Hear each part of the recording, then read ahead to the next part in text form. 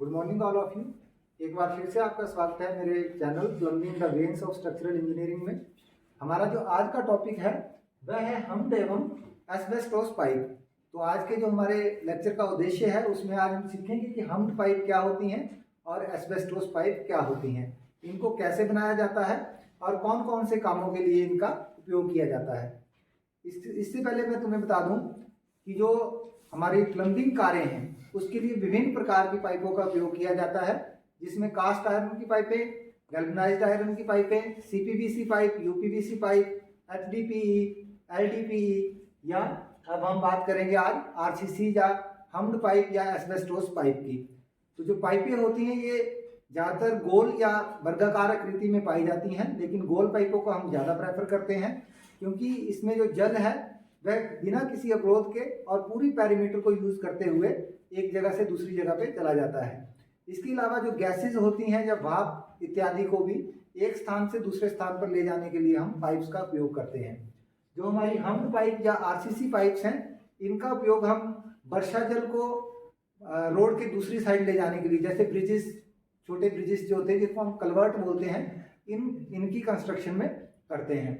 जो हमारी हम्ड या एस्बेस्टोस पाइप या आरसीसी पाइप है इनको जोड़ने के लिए हम सॉकेट या स्पाइवोट जॉइंट का उपयोग करते हैं या फिर कई बार हम कॉलर जॉइंट का भी उपयोग करते हैं। जो पाइपें होती हैं इनका रखरखाव जो होता है वो आसान होता है और इनका जीवन काल भी अपेक्षाकृत अधिक होता है। तो आइए अब हम समझते हैं कि हम्ड पाइप होती क्या है। तो आइए जानते हैं कि हम्ड पाइप होती क्या है। जैसे हमने परिभाषा में समझा कि प्लम्बिंग कार्य के लिए अलग अलग तरह की पाइपों की आवश्यकता पड़ती है, जिसमें हमारे पास कास्ट आयरन, जीआई इत्यादि की पाइपों के बारे में हमने जाना। तो अभी हम देखेंगे कि हम्ड पाइप होती क्या है। सबसे पहले मेड ऑफ सीमेंट कंक्रीट। तो यह सीमेंट कंक्रीट से बनाई जाती है। कंक्रीट है क्या? कंक्रीट, सीमेंट, एग्रीगेट और रेत, जिसको हम सैंड कहते हैं, इन तीनों का मिक्सचर है। जो एक स्टैंडर्ड रेशो होगी उसमें सीमेंट, एग्रीगेट और रेत को मिलाया जाता है और कंक्रीट तैयार किया जाता है। तो हम्ड पाइपें उसी कंक्रीट से बनाई जाती हैं। स्टील वायर मेश और steel sheets are used for reinforcement. तो जो इसकी टेंसाइल स्ट्रेंथ होती है पाइपों की, जो हमारी हम्ड पाइप है ये कम होती है, उसको बढ़ाने के लिए इसमें हम या तो स्टील वायर मेश, जिसको हम स्टील की जाली कहते हैं, या फिर स्टील की शीटें डालते हैं, जिससे इसकी जो टेंसाइल स्ट्रेंथ है ये बढ़ जाती है। Generally constructed up to diameter 130 centimetre. तो इनको सामान्यतः 130 सेंटीमीटर व्यास तक बनाया जाता है। Application of thick layer of cement mortar on inner and outside surface. तो जो पाइपों का आंतरिक और बाहरी सरफेस है, जो उसकी सतह है, उसके ऊपर एक मोटी परत चढ़ाई जाती है सीमेंट मोर्टार से, जिससे ये पाइपें जलरोधी बनती हैं। मतलब इसमें लीकेज के चांसेस नहीं रहते। नेक्स्ट है हमारे पास heavy in size, heavy in weight. तो ये पाइपें जो हैं जैसे जैसे इसका साइज बढ़ेगा, क्योंकि कंक्रीट एक भारी मटेरियल है, तो जो कंक्रीट का यूज करके पाइप बनेगी वह भी भारी होगी। नेक्स्ट है फ्री फ्रॉम एनवायरमेंटल इफेक्ट। तो जो इन्वायरमेंटल इफेक्ट है इससे हमारा अभिप्राय है वायुमंडलीय कुप्रभाव। तो ये वायुमंडलीय कुप्रभाव होते हैं उनसे ये हमारी पाइपें फ्री रहती हैं, मुक्त रहती हैं। वायुमंडलीय कुप्रभावों में हम बात करें तो जैसे जंग लगता है, जैसे हमने माइल्ड स्टील की पाइप डाली उसमें जंग लगने के चांसेस रहते हैं। तो ये जो हमारी हम्ड और आरसीसी पाइपें हैं इनमें जंग नहीं लगता है। और इसके अलावा जैसे फ्रीजिंग होती है उससे भी ये बची रहती हैं। नेक्स्ट है difficult to cut and reuse. तो ये जो हमारी हम्ड पाइपें हैं इसकी ये डिसएडवांटेज कह लो, इनकी जो कटिंग है ये टफ रहती है।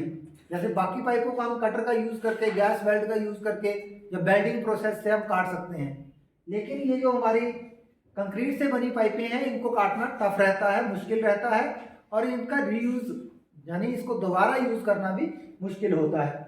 Longer life. तो हम्ड पाइपें जो हैं इनकी लाइफ जो है बाकी पाइपों की अपेक्षा अधिक होती है, क्योंकि ये वायुमंडलीय कुप्रभावों से मुक्त होती हैं। Used for culvert. तो जैसे इसकी बड़े व्यास की पाइपें हैं 130 सेंटीमीटर, उनको हम छोटी पुलियों के निर्माण में या फिर कलवर्ट के निर्माण में हम यूज करते हैं।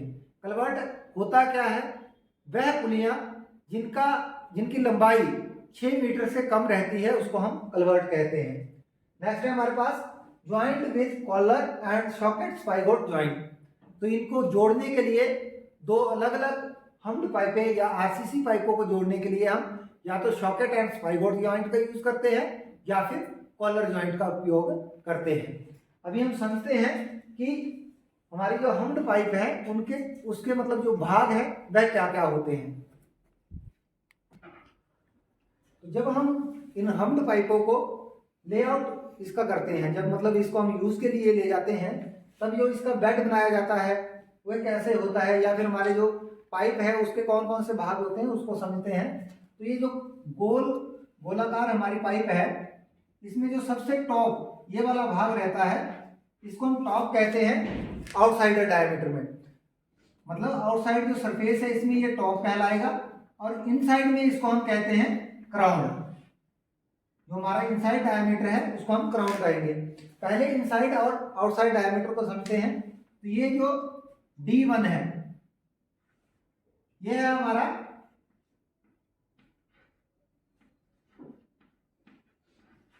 इनसाइड डायमीटर,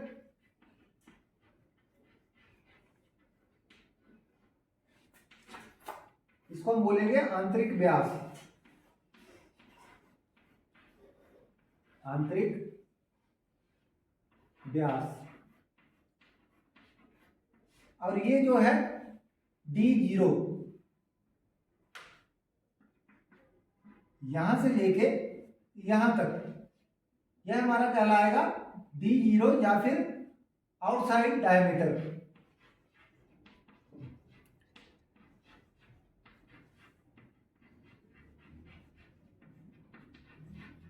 हमें इसको रीड करना आसान हो जाए इसलिए D1 जो है इसको हम DI भी बोल सकते हैं, जिसमें I डिनोट करेगा इनसाइड को और D डिनोट करेगा डायमीटर को, और D0 को हम DO भी बोल सकते हैं, जिसमें O का मतलब होगा आउटसाइड और D का मतलब होगा डायमीटर।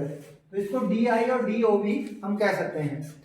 नेक्स्ट अब हमारे पास रहता है बॉटम। तो यह हिस्सा पाइप का बॉटम कहलाएगा। ये जो डॉटेड लाइन में हमें दिख रही है लाइन, ये डॉटेड लाइन है, यह है पाइप का बेड।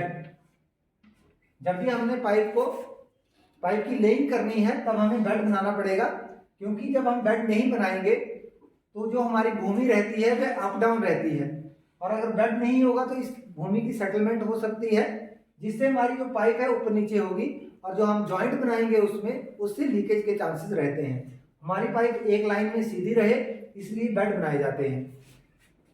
तो ये जो सेंटर लाइन है इसको हम बोलेंगे स्प्रिंग लाइन, इसको हम कहेंगे स्प्रिंग लाइन। इसके ऊपर फिलिंग की जाती है। ये हमारा ग्राउंड लेवल है GL। तो पाइप से लेके ग्राउंड लेवल तक इसकी हम भराई कर देते हैं, इसके ऊपर हम मिट्टी डाल के फिलिंग करते हैं, और इस चीज को कहा जाता है ओवरफिल। तो ये थे हमारे पाइप के कुछ कंपोनेंट। जैसे हम इसको जब लेइंग करते हैं तब इसके बेडिंग, बॉटम, ये चीजें, और पाइप के खुद के जो भागों के नाम हैं। अभी हम सीखेंगे, जैसे हमने अभी समझा कि हम्ड पाइप होती क्या है, अब हम हम्ड पाइप के बारे में देखते हैं कि हम्ड पाइपों का निर्माण किया कैसे जाता है। हम्ड पाइपों का निर्माण करने के लिए RCC pipes are manufactured by tamping and curing process. तो इसको टैंपिंग और क्यूरिंग प्रोसेस द्वारा बनाया जाता है। क्यूरिंग होता है जब हम पानी, सीमेंट की पाइपें हमारी बन जाती हैं तो हमें इसको कुछ दिनों के लिए पानी देते रहना पड़ता है।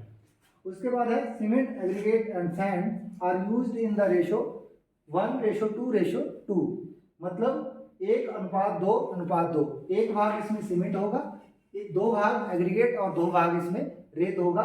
उसको मिला के कंक्रीट तैयार किया जाएगा और उससे आरसीसी और हम्ड पाइप जो है वो कंस्ट्रक्ट की जाएगी। नेक्स्ट है हमारे पास maximum size of aggregates for RCC and hummed pipes construction is 6 mm। तो जो अधिकतम साइज रहेगा एग्रीगेट का वो 6 mm होगा। इससे ज़्यादा बड़े साइज का जो एग्रीगेट है हम यूज नहीं करेंगे। उसके बाद दीज पाइप्स रेंज फ्रॉम, ये 10 सेंटीमीटर से लेके 130 सेंटीमीटर डायमीटर या व्यास में उपलब्ध रहेंगी। जो कॉमन साइज होते हैं, जो मार्केट में इजीली अवेलेबल हो जाते हैं और जिनकी मैन्युफैक्चरिंग ज़्यादातर की जाती है, वह साइज हैं 100 mm, 150 mm, 200 mm, 250 mm, 300, 350 mm, 500 mm, 600 mm, 700, 800, 900, 1000 और 1280 mm। तो ये जो साइज हैं ये मार्केट में इजीली अवेलेबल हो जाते हैं। इसके अलावा कई बार कुछ कस्टम साइज की पाइप को भी हम मैन्युफैक्चर करते हैं। कस्टम साइज की पाइप से मतलब है जैसा साइज की हमारे पास ज़रूरत होगी वैसा साइज ये बनाया जा सकता है। तो ये था हमारा हमड और आरसीसी पाइप्स के बारे में। अभी हम जानेंगे कि जो हमड पाइप्स हैं उनकी कौन कौन सी क्लासेस होती हैं। तो इसको 3 क्लासेस में डिवाइड किया गया है, क्लास 1, क्लास 2 और क्लास 3। इसको अब हम चार्ट के माध्यम से समझते हैं कि कौन सी क्लास में क्या विशेषता है।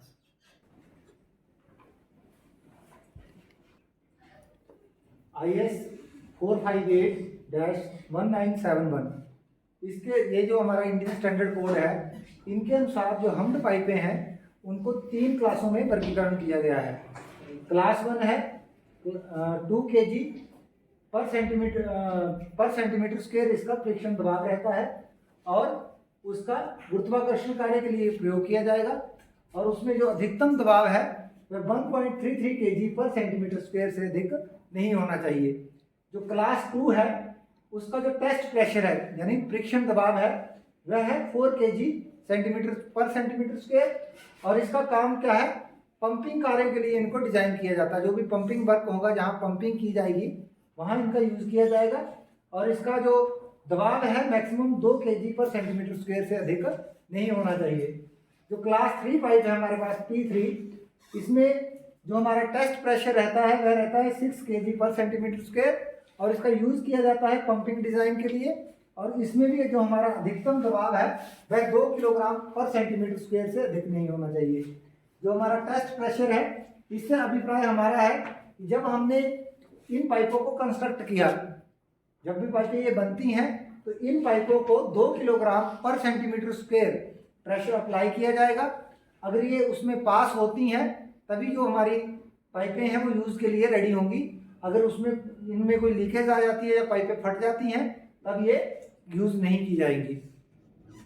ये तो था हमारा कि हमड पाइप होती क्या है, कैसे वो बनाई जाती है और क्या उसका वर्गीकरण है। अब हम थोड़ा सा जानते हैं कि जो हमारी आरसीसी और हमड पाइप है उसकी एडवांटेज क्या है और डिसएडवांटेज क्या है, मतलब मेरिट और डीमेरिट। अगर हम बात करें एडवांटेज की तो ये पाइपें जंग रोधी होती हैं, इसमें जंग नहीं लगता है, वायुमंडलीय कुप्रभावों से ये बची होती हैं, इसलिए इनका जो जीवन काल है वो अधिक होता है। ये जो पाइपें हैं इनको किसी भी व्यास में इजीली तैयार किया जा सकता है। इनको फैक्ट्रियों में भी बनाया जा सकता है या फिर सांचों के द्वारा ऑन साइट, जिस साइट में इनका यूज होना है वहां भी बनाया जा सकता है। इसके अलावा जो हमारी हमड पाइपें हैं इनमें बाहरी दबाव सहने की क्षमता होती है, क्योंकि इनका जो कंप्रेसिव स्ट्रेंथ है वह ठीक होती है, इसलिए भारी वाहन भी इसके ऊपर से गुजर जाते हैं। इसलिए तो हम इन पाइपों का यूज छोटी पुलियों या कलवर्ट की कंस्ट्रक्शन में कर लेते हैं। लेकिन इसकी कुछ डीमेरिट्स भी हैं जिसको हम बोलते हैं कि इसकी डिसएडवांटेज। बात करें हम डिसएडवांटेज की तो जो हमारी हमड या आरसीसी पाइप्स हैं वह बहुत भारी होती हैं। अब आपको पता है जो चीज़ भारी होगी उसकी ट्रांसपोर्टेशन करना क्या होगा, मुश्किल हो जाएगा। तो इनकी ट्रांसपोर्टेशन मुश्किल होती है। उसके साथ साथ इसमें पहली बार तो जोड़ लगाना आसान होता है, क्योंकि इसको कॉलर जोड़ या सॉकेट एंड स्पाइगोट जोड़ द्वारा जोड़ा जा सकता है। लेकिन इन पाइपों में अगर कहीं लीकेज हो जाती है तो इसकी मरम्मत करना बहुत मुश्किल है, प्लस इनको काटना भी मुश्किल है। इसके साथ साथ अगर आपने हमड या आरसीसी पाइप को पानी को एक जगह से दूसरी जगह ले जाने के लिए यूज़ किया है तब इसमें ब्रांच लाइन लेना जो है वो बहुत मुश्किल होता है, क्योंकि इसमें ब्रांच फिटिंगें नहीं आती हैं। इसमें ना तो टी होगी ना इसमें क्रॉस सेक्शन होगा, तब जब हमें ब्रांच ले जानी है तब हमें मुश्किल आती है। इसलिए आरसीसी और हमड पाइपों का यूज ज़्यादातर मेन लाइनों के लिए ही किया जाता है। इसकी एडवांटेज की बात करूं तो इसकी एक एडवांटेज ये भी है कि इनको चोरी नहीं किया जाता। बहुत कम लोग ऐसे हैं जो इसको चोरी करते हैं, क्योंकि इसको चोरी करने से इसमें कुछ नहीं बचता, इसकी स्क्रैप वैल्यू जो है 0 है। तो वह पाइप जिसकी स्क्रैप वैल्यू 0 है, पाइप या कोई भी मटेरियल जिसकी स्क्रैप वैल्यू 0 होती है, उसको कोई चोरी नहीं करता, क्योंकि वो किसी के काम की नहीं है। इसके अलावा अगर जीआई की पाइप हो, माइल्ड स्टील की पाइप हो, कास्ट आयरन की पाइप हो, उसकी स्क्रैप वैल्यू मिल जाती है, क्योंकि वो स्क्रैप में बिक जाती है। तो जो चोर वगैरह है वो चुरा लेते हैं और उसको बेच देते हैं स्क्रैप में। लेकिन जो हमारी हम्प्ड पाइप्स हैं या आरसीसी पाइप्स हैं, इनकी जो स्क्रैप वैल्यू 0 है। इसकी डिसमेंटलिंग के बाद इसमें जो शेष बचता है उससे कुछ ज़्यादा लाभ होता नहीं है, इसलिए इसकी चोरी वगैरह के चांसेस बहुत कम रहते हैं। तो आज के वीडियो में हम इतना ही पढ़ेंगे। हमारा जो नेक्स्ट वीडियो रहेगा वह रहेगा एस्बेस्टोस पाइप के ऊपर। उसमें हम सीखेंगे कि एस्बेस्टोस पाइप क्या होती है, कहाँ वो यूज़ की जाती है, कैसे उसका निर्माण किया जाता है, क्या उसकी क्लासेस रहती हैं और क्या उसकी लाभ व हानियाँ हैं। धन्यवाद।